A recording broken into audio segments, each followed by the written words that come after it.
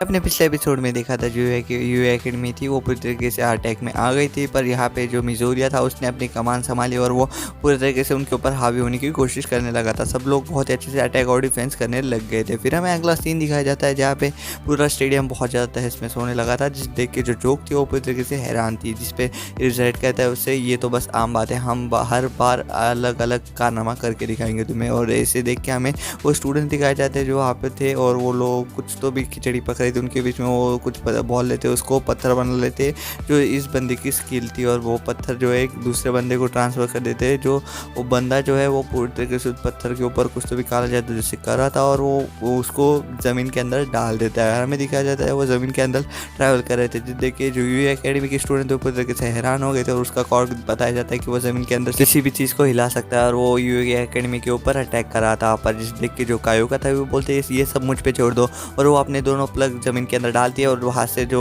लोग उनके ऊपर हमला कर रहे थे उनकी ज़मीन पूरी तरीके से गायब कर देती है। और जो बॉल कुछ आने वाले थे उनके ऊपर उसे एसिड डाल के डिफेंस कर लेती है। और वहाँ पे हमें पता चलता है जोक थी वो ये सब देख के पूरी तरीके से हैरान हो गई थी। और हमें दिखाया जाता है जो शैडो वाला था उसने भी एक के ऊपर अटैक कर लिया था, पर वो जो लड़की थी वो अपने शरीर को कभी भी छोटा बड़ा और किधर से भी अंदर बाहर से डाल सकती थी, वो ये उसका कॉर्क था। फिर हमें पता चलता है जो स्टूडेंट्स वो पूरी तरीके से फ्रस्ट्रेट हो गए थे, परेशान हो गए थे। और कमेंट्री वाला बोलते कि अभी तक एक भी बंदा एलिमिनेट नहीं हुआ है। फिर इजुकी मिडोरिया बोलते कि हमें कैसे भी करके यहाँ से निकलना पड़ेगा और हमारे जो वीक पॉइंट है उसे हमें बचाना पड़ेगा, नहीं तो ये लोग हमें कच्चा चबा जाएंगे। और पता चलता है जो विरोधी टीम थी वो पूरी तरीके से तैयार दिखाई दे रही थी और जो मिजोरिया था वो भी बहुत ज़्यादा शौक में था। फिर हमें पता चलता है बोलता है कि अभी चलो इनका गेम खत्म कर दो यहीं पे। और हमें जोक दिखाई जाती है जो उनके पिछले पास के बारे में बोलती है कि हम लोगों ने बहुत ही ज़्यादा मेहनत की और मेहनत करके यहाँ पे पहुँचे, हम लोग ऐसे आलतू फालतू टीम नहीं है जो तुमसे हार जाएंगे। फिर हमें दिखाया जाता है जो वो बंदा रहता है वो अपने हाथ ज़मीन पे गड़ा लेता है और वहाँ पे बहुत ही बड़े भूकंप जैसे झटके आने लग जाते हैं और जो ज़मीन की थी परतें वो ऊपर आने लग जाती है, जिसे देखिए यू एकेडमी के स्टूडेंट पूरी तरीके से हैरान परेशान थे क्योंकि वहाँ पे वो सभी लोग उड़ने लग जाते हैं और वो यहाँ वहाँ पूरी तरीके से बिखरने लग जाते हैं। और यही उस बंदे का कॉर्क था शिडुरु का, जो वहाँ पे सभी तरह से माइनर भूकंप ला सकता था। ये सब भूकंप सुन के वहाँ पे जो टोरोकी था वो भी थोड़ा सा हैरान हो गया था कि इतने भूकंप की झटके कहाँ से लग रहे। फिर हमें पता चलता है जो सभी लोग वहाँ पे थे उन्हें भी भूकंप के झटके लग रहे थे, पर इसी बीच वहाँ पे दूसरे ग्राउंड के ऊपर बहुत तेज हवाएं चलने लग गई थी। और वहाँ पे हमें दिखाया जाता है जो हवाओं का कारण इनासा था जो वहाँ पे बिल्डिंग के ऊपर पूरी तरीके से अपने हवाओं के ऊपर कब्जा करके बैठा था। और वहाँ पे सभी लोग उसे नोटिस कर लेते और बोलते कि हे ये तो इनासा। और इनासा जैसे पता चलता है वो इनासा उनके ऊपर पूरी तरीके से बॉल के बौछार कर देता है और वहाँ पे पूरी तरीके से लाल एक साथ 150 पूरी तरीके से वाइप अप हो जाता है, 150 कंटेस्टेंट बाहर हो जाता है। और बोलता है इनासा यस, इसे कहता है बेस्ट शॉट इनासा कहता है। और ये सब होते हुए कमेंट्री सुनते हुए मिजोरिया हैरान हो जाता है कि उसने एक साथ 150 को हरा दिया। पर वहाँ पे मिजोरिया बोलते हैं कि अगर मुझे भी इसके जैसा बनना है तो मुझे भी तेज को होना पड़ेगा, अगर मैं इनासा जैसा नहीं हो पाऊँगा मुझसे भी ज़्यादा ताकतवर लोग यहाँ पे चले जाएंगे। पर पता नहीं मुझे क्यों मुझे अच्छा लग रहा है और क्यों मुझे ऐसा एक्साइटेड फील हो रहा है, मैं लगता हूँ मैं इनासा को हरा सकूँगा। पर इसी बीच वहाँ पे एक लड़की आ जाती है जो मिजोरिया को एक चिप को लगा देती है, उसका एक लाल हो जाता है। और हमें पता चलता है लड़की बोलती ए तुम्हारा ध्यान कहाँ था, तुम यहाँ पे मुझे देख नहीं पाए क्या तुम्हें लगता है तुम बहुत ज़्यादा ताकतवर हो, तुम्हें ये गलत लगता है। और वो जो मिजोरिया था वो पूरी तरीके से अटेंशन की पोजीशन में खड़ा हुआ था और वो लड़की जो है थी उसके ऊपर एक पत्थर फेंकती है, पर वहाँ से जो मिजोरिया बच जाता है और हमें पता चलता है वो वापस से गायब हो जाती है और मिजोरिया के ठीक पीछे आने की कोशिश कर लेती है। और वो आने ही वाली थी पर जो मिजोरिया था वो उसे डॉज कर लेता है और उसके ऊपर काउंटर अटैक करने वाला था। और मिजोरिया सोचता है ये कहाँ गई, अभी तो यही थी। पर इसी बीच वो उसके पीछे से आ जाती है मिजोरिया को और उसे हाथों से बांध लेते और बोलते कि क्या तुम मुझे अभी भी नहीं देख पाए मिजोरिया, तुम एकदम पूरी तरीके से कमज़ोर हो गए हो, तुम मुझे अभी भी नहीं देख पा रहे हो, तो तुम किस खेत में हो।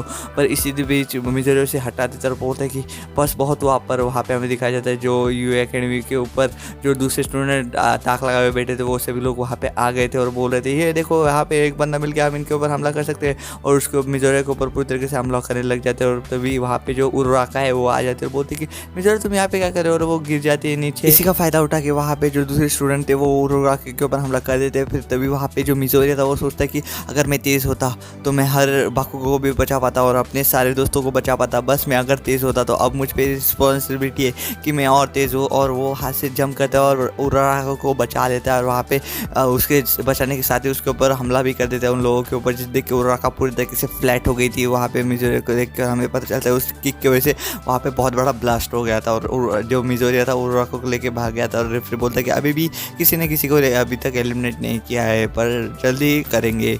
हमें दिखाया जाता है जो मिजोरिया था वो वहाँ पे एक पत्थर के पीछे छुपा हुआ था, अपन जो उराका थी वो उसकी आंखों में थोड़ा सा अलग ही दिख रहा था और मिजोरिया के बेल्ट की तरफ जा रही थी और उसका हाथ उसे टच होने वाला था, पर मिजोरिया ये सब देख लेता और उसके हाथ को झटक लेता और बोलता कि हे तुम कौन हो, तुम यहाँ पे मेरी उर्वरका हो ही नहीं सकती, क्योंकि वो जो है अपने आप को ग्रेविटी में पूरी तरीके से मास्टर कर चुके और वो ऐसे गिरते ही नहीं।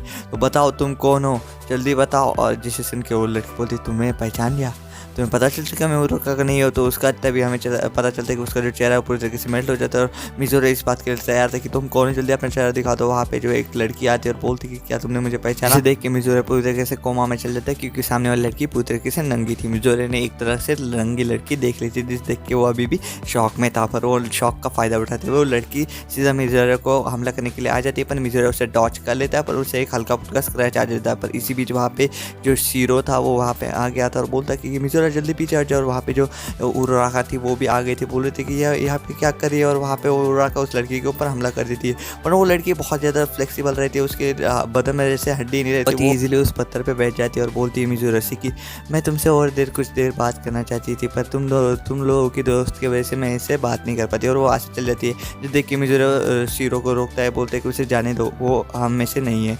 और वहाँ पे जिस देख के जो शीरो था वो बोलता है कि नहीं तुम पे किसने तो भी काला जादू कर लिया, तुम ऐसा नहीं हो सकते, तुम मिजोरिया नहीं हो सकते।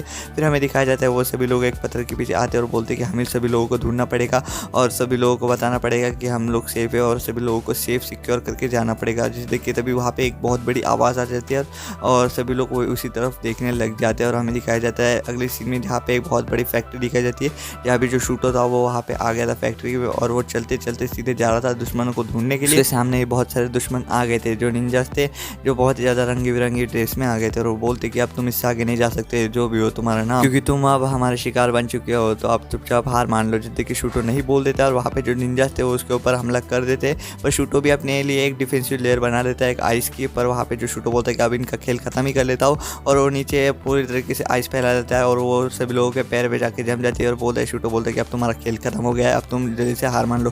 पर एक निंजा जो उनके ऊपर एक स्क्रू ड्राइवर का नट फेंकता है जो बहुत ज़्यादा बड़े बड़े होने लग जाते हैं, जिस देख के जो शूटो था वो प्रॉब्लम में आ गया था, क्योंकि उसकी आइस जो थी वो टूट रही थी। तो अभी उसे अपना एक अटैक भी करना था, तो वो अपनी फायर अटैक का यूज़ करता है जिससे वो उससे डिफेंस कर पाए, डिफेंस के लिए उसके करता है, पर उनके अटैक बहुत ही ज़्यादा बड़े थे। तभी एक जो निंजा जो रहता है वो अपने साथियों को छुड़ाने के लिए अपने नेट का अटैक कर लेता है और उसके साथियों को छुड़ा लेता है। फिर सभी लोग जो मिलकर वो शूटो के ऊपर हमला करने के लिए रेडी हो गए थे, जिस देख के शूटो को अभी बहुत बड़ी प्रॉब्लम सामने दिखाई दे रही थी और शूटो बोलता है कि अब मैं क्या करूँ। शूटो पूरी तरीके से कंफ्यूज हो गया था और निंजा भी उसके ऊपर वापस पूरी तेज़ी के साथ हमला करने वाले थे और ये एपिसोड यहीं पे खत्म हो जाता है।